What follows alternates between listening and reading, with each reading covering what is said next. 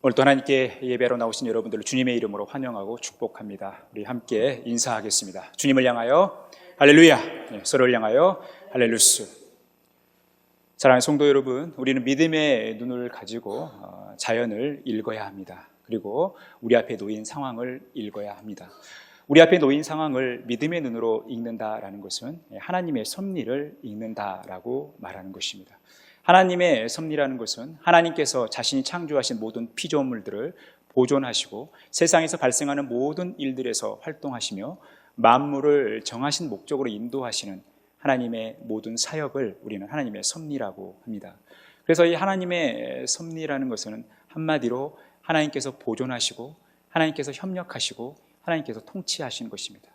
이 하나님의 보존과 하나님의 협력과 하나님의 통치가 이 섭리의 세 가지 요소가 되는 것입니다. 그런데 우리가 이 하나님의 섭리를 읽는다라는 것은 그렇게 쉬운 일은 아닙니다. 왜냐하면 자연 자체가 우리에게 보여주는 아름다움이 있습니다. 그 자연이 우리에게 보여주는 웅장함과 위대함이 있죠. 그래서 사실 우리가 자연을 바라보면서 이것을 읽을 때 주어만 바꾸면 됩니다. 아, 자연이 아름답다. 이렇게 우리가 읽을 수 있지만 하나님이 자연을 아름답게 하셨다. 이 자연은 참 위대하고 웅장하다. 그렇지만 하나님이 이 자연을 위대하고 웅장하게 만드셨다라고 주어만 바꾸면 되기 때문에 우리가 이 자연을 읽는 것은 쉬운 일입니다. 그런데 반면에 우리 앞에 놓인 상황 속에서 하나님의 섭리를 읽는다라는 것은 우리 앞에 놓인 상황이 늘 우리가 원하는 삶, 또 내가 감당할 수 있는 삶만 우리 앞에 일어나는 일이 아니기 때문에 그런 거예요. 도저히 내가 받아들이기 힘든 일들, 나에게 고통스러운 일들이 우리에게 다가오기 때문에 이것을 우리가 믿음의 눈으로 바라본다는 것이 쉽지 않습니다.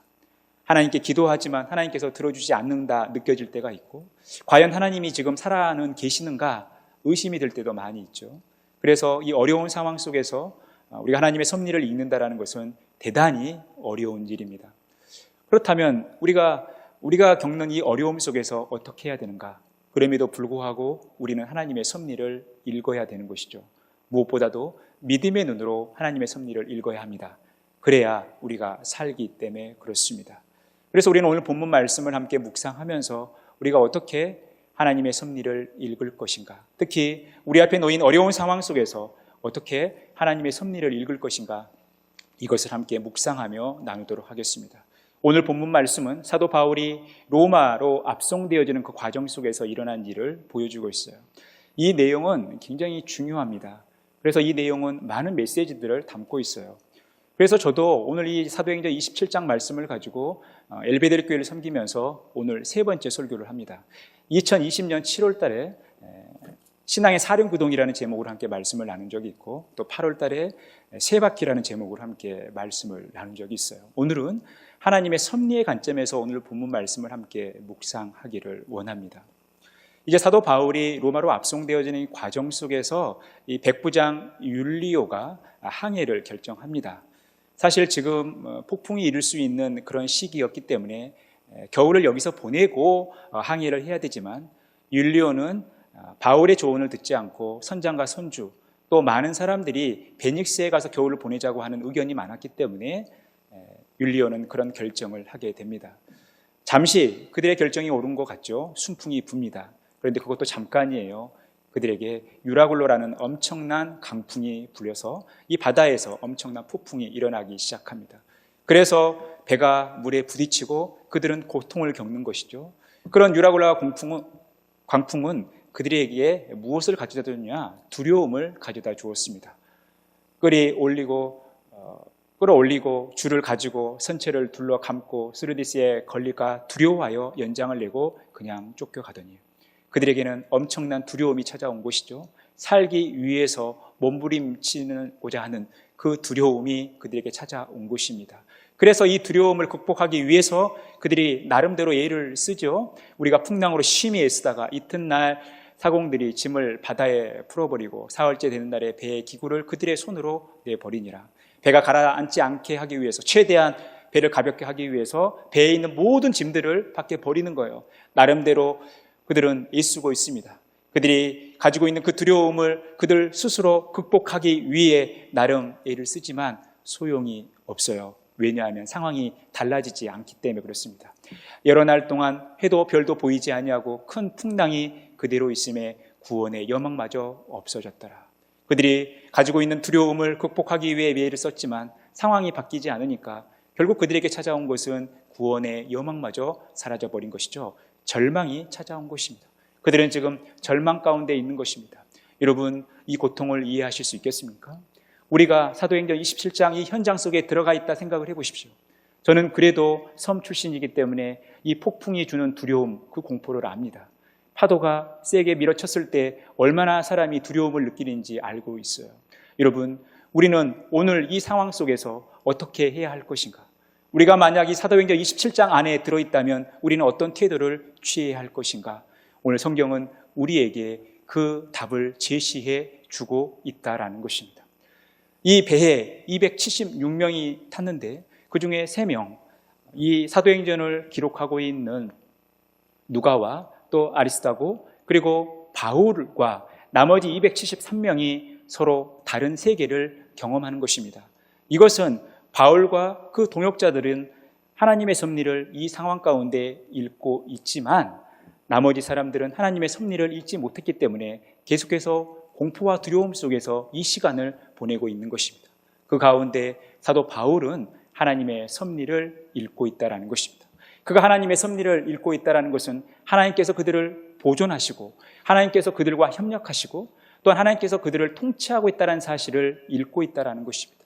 그래서 오늘 우리 사도 바울이 이 폭풍의 현장 속에서 읽고 있는 하나님의 섭리를 3가지 정도를 살펴보도록 하겠습니다. 첫 번째, 사도 바울은 어떤 상황 속에서도 하나님은 우리를 붙들고 보존하신다는 사실을 읽고 있다는 것입니다. 하나님의 섭리는 어떤 상황 속에서도 우리를 붙드시고 보존하신다는 것입니다.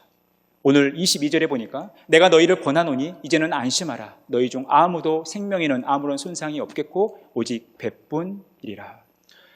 유라굴로라는 엄청난 광풍이 배를 향하여 몰아치죠. 그래서 배가 피해를 입을 수 있어요. 배가 손상을 입을 수 있어요. 그런데 다른 사람들 생명에는 지장이 없다라는 것입니다. 사람의 생명에는 아무런 손상이 없고 배만 손상을 입을 거라는 거죠. 다른 말로 표현하면 하나님께서 그들을 보존하실 거라는 거예요. 하나님께서 폭풍 가운데 그들을 붙드시고 그들을 보존하실 거라고 지금 사도 바울은 내다보고 있다는 것입니다. 이 상황을 그렇게 읽고 있다는 것이죠. 그래서 이 사도 바울이 나머지 273명과 다른 이 관점, 믿음의 관점을 가지고 오늘 하나님의 섭리를 읽고 있다는 거예요. 바로 하나님의 붙드심과 하나님의 보존인 것입니다. 오직 주는 여호와시라. 하늘과 하늘들의 하늘과 1월 성신과 땅과 땅의 위에 만물과 바다와 그 가운데 모든 것을 지으시고 다 보존하시오니 모든 천군이 주께 경배하나이다. 하나님은 이 천지 만물을 창조하셨습니다. 저와 여러분을 창조하셨어요. 하나님은 만물을 창조하시고 나서 내버려 두는 것이 아니라 너희들 알아서 해라 라고 내버려 두신 것이 아니라 우리를 보존하시고 붙들고 계시다라는 거예요. 그래서 우리는 그 하나님을 경배하는 삶을 살아가야 한다는 거죠. 많은 사람들이 두려움에 사로잡혀 있지만 그리고 그 두려움을 극복하기 위해서 나름 애를 쓰지만 소용이 없었던 것입니다. 왜냐하면 그들이 하나님을 보지 못하기 때문에 하나님께서 이 천지를 창조하셨고 또한 그들을 보존하고 지키신다는 사실을 몰랐기 때문에 그들은 두려움에 빠져 있는 것입니다. 그런데 하나님께서 천지를 창조하시고 지키시고 보존하신다는 것을 믿을 때에 그 두려움이 사라지는 것이죠. 두려워하지 말라. 내가 너와 함께 함이라. 놀라지 말라. 나는 내 하나님이 됨이라. 내가 너를 굳세게 하리라. 참으로 너를 도와주리라. 참으로 나의 오른손으로 너를 붙들리라. 하나님이 함께 하신다라는 거죠. 그래서 놀라지 말라라는 거예요. 하나님이 우리를 도와주시기 때문에 하나님께서 우리를 붙들어 주시기 때문에 우리는 두려워할 것이 없다라는 것입니다. 그 하나님을 바라보는 것이죠. 이것이 바로 믿음의 시선이자 하나님의 섭리를 읽는 모습이라는 것입니다. 사도 바울은 지금 이 하나님의 섭리, 그들을 보존하시고 지키시는, 그들을 붙들고 계시는 하나님을 바라보고 있다라는 것입니다. 그래서 두 번째 하나님의 섭리는 어떤 상황 속에서도 하나님은 우리와 동행하시고 협력하신다라는 것입니다. 오늘 21절, 22절에 보니까 여러 사람이 오래 먹지 못하였음에 바울이 가운데 서서 말하되 여러분이여 내 말을 듣고 그레데에서 떠나지 아니하여 이 타격과 손상을 면하였더라면 좋을 뻔하였느니라. 내가 너희를 권하노니 이제는 안심하라. 너희 중 아무도 생명에는 아무런 손상이 없겠고 오직 배뿐이니라. 지금 바울은 이들이 처한 안타까운 상황을 이야기하죠. 그들이 얼마나 고통 가운데 있었습니까? 여러분, 이 상황 속에서 기뻐할 수 있는 사람이 누가 있겠어요? 즐거워할 사람이 어디 있겠습니까? 사도 바울은 이 안타까운 상황을 자연스럽게 받아들이고 이야기합니다. 또한 이 안타까운 상황이 오기까지 그들의 아쉬운 선택을 이야기하죠. 사도 바울의 말을 듣고 겨울을 이곳에 보냈으면 이 폭풍을 만나지 않았을 텐데 이 아쉬움을 가지고 있다라는 것입니다. 그런데 중요한 것은 이들이 잘못된 선택을 했음에도 불구하고 희망이 있다라는 것이죠. 여러분, 우리의 삶에는 많은 일들이 발생하고 그 많은 원인들이 있어요. 그런데 그 원인들 속에서 우리가 반드시 기억해야 될 것, 비록 우리가 실수하고 잘못된 선택을 했다 하더라도 우리가 가지고 있는 하나의 소망이 있다라는 것입니다. 그것은 무엇인가? 오늘 23절에 보니까 내가 속한 바 곧 내가 섬기는 하나님의 사자가 어젯밤에 내 곁에 서서 말하되. 비록 그들이 잘못된 선택을 해서 어리석은 선택을 해서 원치 않는 어려움에 직면해 있지만 그럼에도 불구하고 하나님은 그들 곁에 계신다라는 것입니다. 그들의 잘못된 선택을 하나님께서는 완전히 방치하지 않으신다라는 거예요. 그들의 선택을 허용하시는 거죠. 그들에게 자유의지를 주셨고 자유롭게 선택하신다라는 거예요. 그 과정 속에서 잘못된 선택을 할 수도 있어요. 어리석은 선택, 아쉬운 선택을 할 수도 있어요. 그럼에도 불구하고 하나님이 그들을 지켜보고 계시다라는 거죠. 하나님께서 그들과 동행해 주고 계시다라는 거예요. 그래서 이것이 하나님이 우리와 협력하는 것입니다. 하나님은 우리의 선택을 존중하되 우리와 함께하여 주신다라는 것입니다. 사도행전 14장 16절에서 17절의 말씀, 하나님이 지나간 세대에는 모든 민족으로 자기들의 길들을 가게 방임하셨으나 그러나 자기를 증언하지 아니하신 것이 아니니 곧 여러분에게 하늘로부터 비를 내리시며 결실기를 주시는 선한 일을 하사 음식과 기쁨으로 여러분의 마음에 만족하게 하셨느니라. 비록 우리가 잘못된 선택을 하더라도 하나님께서 우리와 함께해 주신다라는 것입니다. 모든 것이 하나님의 주권 아래서 이루어진다라는 것입니다. 요셉의 형들이 요셉을 팔았지만 요셉이 결국 나중에 고백하는 것은 뭡니까? 하나님께서는 그 형들의 행위를 선으로 바꾸셔서 요셉뿐만 아니라 이스라엘 백성들을 보존하셨다라는 것입니다. 우리는 하나님의 은혜 속에 살아갑니다. 하나님은 우리에게 인격을 주셨고 그 인격 속에서 자유의지를 가지고 살아가게 하셨어요. 우리를 로봇처럼 창조하신 것이 아니라 우리가 자유롭게 선택하게끔 하셨어요. 또 우리에게 마음의 소원을 주고 행하게 하신다라는 거죠. 그런데 하나님께서 우리에게 마음의 소원을 주시는데 어떤 소원이냐? 하나님의 기쁘신 뜻을 위한 소원을 우리에게 주시면서 그 소원을 가지고 살아가게 하신다라는 것입니다.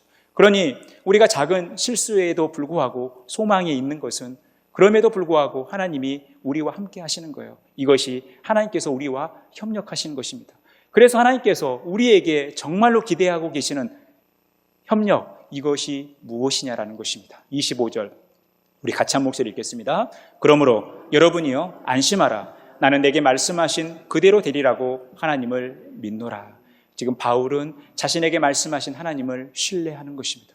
여러분, 우리가 하나님과 협력하는 삶을 살아간다는 것, 우리가 하나님과 동행하는 삶을 살아간다는 것은 하나님께서 우리의 모든 선택을 허용하시지만 하나님께서 우리를 포기하지 않으시고 우리와 함께 하심과 동시에 우리로 하여금 하나님을 신뢰하게 하신다는 거죠. 그래서 우리는 어떤 상황 속에서도 하나님을 신뢰하시라는 거예요. 내가 비록 실수하고 잘못했다 하더라도 어려운 상황이 놓여 있음에도 불구하고 우리는 하나님을 신뢰하는 삶을 살아가야 한다는 겁니다. 이것이 우리의 소망의 시작인 거예요. 그래서 여러분, 이 두려움은 하나님을 신뢰함으로 극복하게 되는 것입니다. 이사야 26장 2절에서 4절에 보면 너희는 문들을 열고 시내를 지키는 의로운 나라가 들어오게 할지어다. 주께서 심지가 견고한 자를 평강하도록 지키시리니 이는 그가 주를 신뢰함이니이다. 너희는 여호와를 영원히 신뢰하라. 주 여호와는 영원한 반석이시미로다. 우리가 하나님을 신뢰할 때 우리 안에 평강이 넘치는 것입니다. 우리 안에 주님이 들어오셨을 때 우리 안에 평강이 넘치고 결국 주님을 신뢰하면서 우리 안에 있는 두려움이 사라지는 거예요. 여러분, 우리가 두려움을 없애기 위해 많이 애쓰고 노력한다 하더라도 여러분, 상황이 바뀌지 않으면 두려움은 우리에게서 떠나지 않는 것입니다. 그런데 그 두려움을 쫓아내를 하나님의 임재가 우리 안에 있을 때, 하나님이 우리 안에 계실 때 우리는 평강으로 가득 차고 결국 그 평강이 우리가 하나님을 끝까지 신뢰하는 삶의 증거로 나타난다라는 거예요. 여러분, 그래서 우리는 늘 평강하셔야 됩니다. 마음의 평안이 넘쳐야 돼요. 우리 안에 있는 두려움들이 다 사라지도록 늘 하나님께 나아가셔야 된다는 것입니다. 이러기 위해선 우리가 어떤 상황 속에서도 하나님을 신뢰하는 삶을 살아가는 것입니다. 그래서 우리로 하여금 평강을 잊게 하는 하나님의 임재, 하나님을 받아들이는 것이 바로 하나님의 세 번째 섭리를 읽는 것입니다. 어떤 상황 속에서도 하나님은 우리가 저마다의 존재의 목적에 부응할 수 있도록 우리를 지속적으로 지배하신다라는 것입니다. 어떤 상황 속에서도 하나님은 우리를 향한 목적이 있다라는 거죠. 그것은 바로 우리의 구원이에요. 우리가 구원받은 하나님의 백성, 하나님의 자녀로 살아갈 수 있도록 하나님은 우리에게 지속적으로 통치하고 다스린다라는 것입니다. 24절, 26절 우리 같이 읽을까요? 바울아, 두려워하지 말라. 내가 가이사 앞에 서야 하겠고 또 하나님께서 너와 함께 하는지 다 내게 주셨다 하셨으니 그런즉 우리가 반드시 한 섬에 걸리리라 하더라. 하나님은 사자를 통해서 바울에게 찾아오셨습니다. 그리고 말씀하셨어요. 그에게 비전을 주셨습니다. 바울이 가이사 앞에 서야 한다라는 것입니다. 바울이 가이사에게 가서 복음을 전한다라는 거예요. 로마에 무사히 들어갈 수 있다라는 것입니다. 그리고 지금 항의하는 자를 바울에게 붙여주셨다라는 거예요. 그들 역시도 바울을 통해서 복음을 듣고 하나님의 자녀, 하나님의 백성이 되어야 한다라는 것입니다. 이 구원 계획을 하나님은 가지고 계셨어요. 이것이 하나님의 목적이었다라는 것입니다. 이 목적을 이루어가는 데 있어서 유라굴로라는 그 강풍도 막을 수 없었다라는 것입니다. 왜냐하면 하나님께서 하나님의 의지를 가지고 이 일들을 해가시기 때문에 아무리 광풍이 두렵다 하더라도 하나님께서 그 광풍마저도 통치하고 다스리고 지금 이 어려움을 겪고 있는 모든 항의하는 사람들을 하나님께서 친히 통치하고 다스리고 있기 때문에 지배하고 있기 때문에 전혀 두려워할 것이 없다라는 것입니다. 지금 바울은 이 하나님의 섭리를 읽고 있다라는 것입니다. 하나님의 구원을 위한 하나님의 통치, 그 사역을 읽고 있는 것입니다. 이사야 33장 22절 대저 여호와는 우리 재판장이시오 여호와는 우리에게 율법을 세우시니요 여호와는 우리의 왕이시니 그가 우리를 구원하실 것임이라. 하나님은 우리를 구원하기를 원하십니다. 하나님은 우리를 구원하시기 위해 우리에게 재판장으로 오시는 것입니다. 또 우리를 세우시고 우리에게 말씀을 주시는 거예요. 그리고 우리의 왕으로 오시는 것입니다. 하나님만이 우리를 판단할 수 있는 것입니다. 그 누구도 다른 사람을 함부로 판단해서는 안 되는 거예요. 나의 잣대로 다른 사람을 쉽게 판단해서는 안 되는 것입니다. 남을 판단하고 비판하고 정죄하고 험담하면서 여러분 다른 사람들을 그렇게 판단하는 하나님의 위치에 우리가 가 있어서는 안 되는 거예요. 우리는 하나님께서 창조하신 고유한 피조물로서 우리를 판단하시는 분은 하나님이신 거예요. 그래서 여러분 남을 함부로 판단하는 일들을 여러분 자제하셔야 돼요. 끊으셔야 돼요. 여러분 우리 한국 사람들이 가장 싫어하는 숫자 중에 하나가 3이죠. 3. 이 3은 사실 히브리인들에게는 신의 숫자입니다. 그런데 우리가 왜 3을 싫어합니까? 3명이 모이면 문제가 생겨요.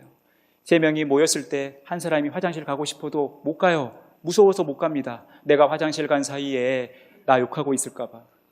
이 무서워서 못 가는 거예요. 최근에 어떤 제 아는 지인이 알바를 시작했어요. 박스 접는 일 알바를 시작했는데 같이 일을 하게 된 어떤 형제가 있었나 봐요. 그런데 이 일을 능숙하게 못하는 거예요. 뭐 옆에서 봤을 때 좀 답답할 수는 있겠죠. 또 공동체의 일이기 때문에.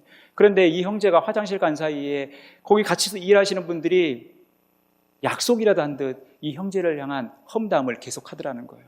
여러분 우리의 자아상 아닙니까? 틈만 나면 다른 사람 함부로 판단하고 정죄하고 또 험담하는 것, 여러분 이것이 우리의 현 주소이자 우리의 자아상이에요. 여러분 그런 일을 해서는 안 돼요. 우리를 판단하시는 분은 하나님이에요. 내가 실수했어도 내가 잘못했어도 이것을 판단하시고 이것을 재판하시는 분은 하나님이시라는 거예요. 이것이 하나님께서 우리를 통치하고 다스리는 것입니다. 그러니 여러분, 우리가 이 하나님의 절대 주권 속에 살아가는 것입니다. 우리의 구원을 위해서 지금도 수고하고 애쓰시는, 우리를 친히 다스리고 통치하시는 그 하나님을 바라보면서 믿음으로 살아가셔야 된다는 것입니다. 너희는 말세에 나타내기로 예비하신 구원을 얻기 위하여 믿음으로 말미암아 하나님의 능력으로 보호하심을 받았느니라. 그러므로 너희가 이제 여러 가지 시험으로 말미암아 잠깐 근심하게 되지 않을 수 없으나 오히려 크게 기뻐하는도다. 여러분, 우리는 하나님의 계획 아래에 있습니다.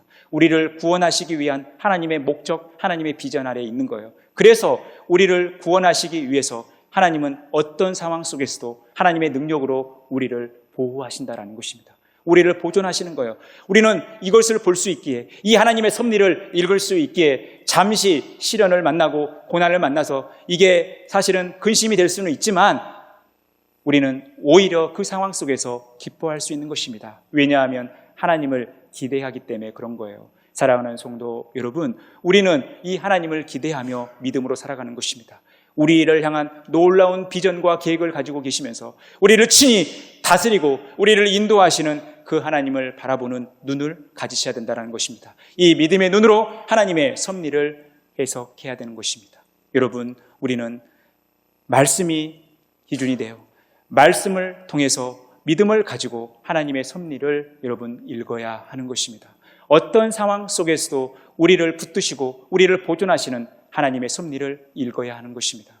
어떤 상황 속에서도 우리와 협력하시면서 우리와 동행하시면서 우리로 하나님을 신뢰하기를 원하시는 그 하나님의 섭리를 읽으셔야 되는 것입니다. 또한 하나님께서 우리를 구원하시기 위해 놀라운 비전과 목적을 가지고 계시면서 우리가 구원받은 백성으로 살아갈 수 있도록, 그 삶에 부응할 수 있도록 우리를 친히 다스리고 지키시고 통치하시는 하나님의 섭리를 읽어야 한다라는 것입니다. 여러분, 오늘 바울은 이 하나님의 섭리를 읽고 있는 거예요. 그래서 일어난 결과는 무엇입니까? 그 남은 사람들은 널조가 혹은 배 물건에 의지하여 나가게 하니 마침내 사람들이 다 상륙하여 구조되니라. 하나님 말씀하신 대로 그들은 다 구조됩니다. 그리고 바울은 로마에 가게 되고 담대히 복음을 증거하게 됩니다. 그래서 사도행전 28장 마지막 절은 하나님의 나라 복음을, 또 예수 그리스도에 관한 이야기를 사도 바울이 가택 연금 상태에서도 담대하게 거침없이 하나님의 말씀을 증거했다라고 기록하고 있습니다. 여러분, 유라굴로라는 그 광풍도 이 하나님의 비전, 이 하나님의 목적을 방해할 수 없는 것입니다. 우리가 잠깐 시련을 만나고 고비를 만날 수 있지만 하나님께서 우리와 함께 하시고 우리를 붙드시고 우리를 보존하시고 우리와 동행하여 주시고 우리로 하여금 하나님을 신뢰하게 하시기에, 또한 하나님께서 우리의 구원을 위해서 우리를 통치하고 다스리고 있기 때문에 그 어떤 것도 염려하거나 걱정할 필요가 없다는 것입니다. 우리는 이 하나님의 섭리를 읽어 가셔야 되는 거예요. 사랑하는 성도 여러분, 여러분들은 하나님의 섭리를 읽고 계십니까? 우리가 하나님의 섭리를 읽고 있다라는 증거를 가지고 계셔야 돼요. 여러분, 한 5가지 정도 이 증거를 여러분들이 가지고 계셔야 됩니다. 첫 번째, 어떤 상황 속에서도 하나님이 나를 붙들고 보존하고 계시냐라는 것입니다. 여러분, 우리에게 분명히 어려운 일들이 생길 수 있어요. 고비를 만날 수도 있어요. 그럼에도 불구하고 하나님께서 나를 붙들고 계시냐라는 것입니다. 하나님께서 나를 보존시켜 주고 계시냐라는 거예요. 여러분, 이 증거를 가지고 있으셔야 됩니다. 두 번째, 어떤 상황 속에서도 하나님과 하나님의 말씀을 신뢰하고 있냐라는 거예요. 어떨 때는 기도해도 하나님께서 안 들으시는 것 같고 하나님이 살아계시는가 의심이 될 때도 있지만, 그런 상황이 우리에게 놓일 때도 있지만, 그럼에도 불구하고 하나님의 살아계심과 하나님의 말씀이 반드시 성취된다는 사실을 여러분 신뢰하고 있냐라는 거예요. 여러분, 이 증거를 우리가 가지고 있어야 합니다. 세 번째, 나의 연약함에도 불구하고, 그래서 내가 잘못된 선택을 했음에도 불구하고 하나님의 목적과 비전이 나를 선하게 인도하고 있는가, 여러분 이것을 점검하셔야 돼요. 여러분, 우리는 연약하기 때문에, 우리는 지혜가 부족하기 때문에 때로는 잘못된 선택을 할 수도 있어요. 우리가 실수할 수도 있어요. 넘어질 때도 있어요. 그런데 우리가 아주 엎드러지지 않는다는 거죠. 왜냐하면 하나님의 목적과 비전이 우리를 일으켜 세워주기 때문에, 그리고 하나님께서 우리를 선하게 인도해 주시기 때문에 우리는 이 실수를 극복할 수 있다는 것입니다. 이 증거를 우리가 가지고 있어야 됩니다. 네 번째, 하나님의 절대 주권을 인정하고 받아들이고 있냐라는 것입니다. 여러분, 우리의 모든 삶은 하나님이 원하시는 대로 되게 돼 있어요. 내가 원해도 하나님이 원하시지 않으면 안 돼요. 내가 원하지 않아도 하나님이 원하시면 되는 거예요.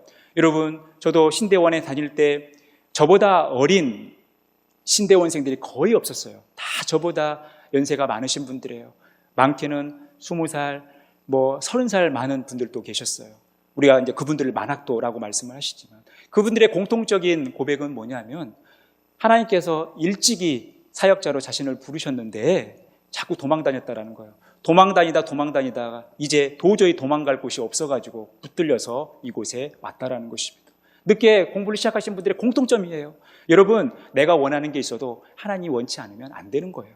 또 내가 원하지 않아도 하나님이 하라고 하면 해야 돼요. 여러분, 이것이 하나님의 절대 주권입니다. 우리는 이 하나님의 절대 주권을 인정하고 받아들이셔야 돼요. 이 일로 인하여 시간 낭비를 해서는 안 된다는 것입니다. 여러분, 이 증거를 우리가 가지고 있어야 됩니다. 마지막, 나는 지금 하나님이 원하시고 기뻐하시는 일을 하고 있냐라는 것입니다. 우리는 하나님의 비전 속에서 움직이고 하나님의 목적 속에 움직이기 때문에 그 가정도 선하고 아름다워야 돼요. 과연 내가 하는 일이 하나님께서 원하시는 일인가, 하나님께서 기뻐하시는 일인가 점검하셔야 된다는 것입니다. 늘 하나님께 묻고, 하나님, 이 일을 하나님께서 원하십니까? 하나님께서 기뻐하십니까? 늘 하나님께 질문할 수 있어야 돼요. 그리고 이 증거를 가지고 있어야 합니다. 그럴 때 우리는 하나님의 섭리를 읽고 있다, 또한 읽었다라고 이야기할 수 있는 것입니다. 사랑하는 성도 여러분, 늘 믿음의 눈을 가지고 하나님의 섭리를 잘 읽어가시는, 또 잘 해석해 가시는 저와 여러분의 복된 삶이 되어지기를 간절히 바랍니다.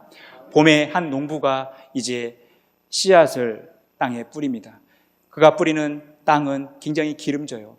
이 농부가 열심을 가지고 땅을 개간했고 잡초들을 제거하면서 다른 기름진 땅을 가지고 있었어요. 그런데 씨를 뿌렸지만 그렇게 기대한 만큼 수확을 하지 못했다라는 것입니다. 그래서 씨에 문제가 있나 최고 품종의 씨를 가져다가 뿌리는 거예요. 그런데 그 씨를 심고 뿌렸는데 뿌리자마자 엄청난 강풍이 일어서 이 씨가 다 흐트러져 버린 거예요. 그리고 그 황무한 땅으로 다 날아가 버린 겁니다. 얼마나 낙심이 됐겠어요? 그 또 최고의 품종이니까 돈도 얼마나 많이 들었겠습니까?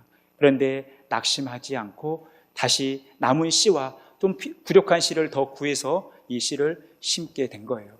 수확기가 됐을 때 깜짝 놀랄 만한 일이 이 농부에게 일어난 것입니다. 사람들이 거들떠 보지도 않는 황무진 땅에 이 날아갔던 씨로 인해서 작물이 생겨나고 결실을 하게 돼서 그 어느 때보다도 풍성한 수확을 하게 된 것입니다. 여러분, 하나님의 섭리라는 것은 그래요. 여러분, 우리의 계획이 흐트러질 수 있어요. 내가 A를 계획했지만 B로 흘러갈 수 있어요. 도저히 내 힘으로 감당할 수 없는 일들이 생길 수 있어요. 여러분, 유라굴라라는 이 광풍 또한 다른 여러 사건, 사고들 우리 힘으로 감당할 수 있습니까? 그런 일들이 우리에게 생겨요.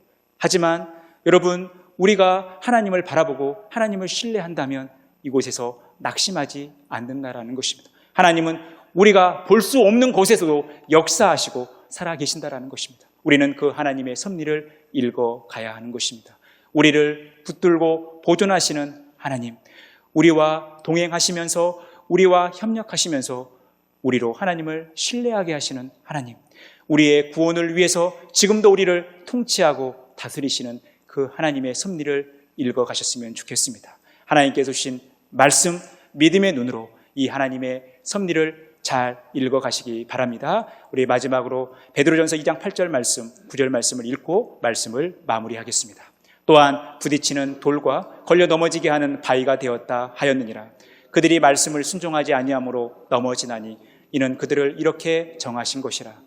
그러나 너희는 택하신 족속이요 왕같은 제사장들이요 거룩한 나라요 그의 소유가 된 백성이니 이는 너희를 어두운 데서 불러내어 그의 기이한 빛에 들어가게 하신 이의 아름다운 덕을 선포하게 하려 하심이라.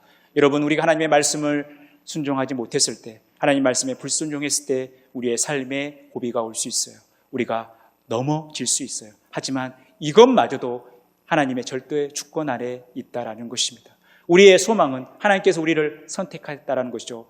왕같은 제사장으로 또 거룩한 나라로 소유된 백성으로 우리를 선택하셨고 우리를 어두운 데서 불러내어 주님의 그 기이한 빛에 들어가게 하신 하나님의 덕을 선포하게 하시기 위해 우리를 부르셨고 또한 우리를 구원하셨다라는 것입니다. 그리고 우리의 삶을 그렇게 인도해 가신다라는 거예요. 그 어두운 곳에서 우리를 불러냈다라는 것은 죄와 사망의 그늘에서 우리를 벗어나게 하신 것도 있지만 우리가 우리의 삶을 살아가면서 만나게 되는 수많은 고비들, 어려움 속에서도 하나님은 우리를 끄집어내시고 하나님의 목적대로 우리의 삶을 인도하셔서 우리의 모습을 통해서 하나님의 선하심과 하나님의 아름다운 덕을 선포하게 하기를 원하신다라는 것입니다. 그래서 우리의 모습을 통해서 우리는 하나님의 살아계심을 드러내는 거예요. 우리가 전도지가 되는 거예요. 우리가 하나님의 시청각이 되는 것입니다. 이 일을 위해서 하나님께서 우리를 지금도 이끌어 가시고 우리의 삶 가운데 섭리하신다는 사실을 기억하시면서 날마다 믿음의 눈으로 하나님의 말씀으로 하나님의 섭리를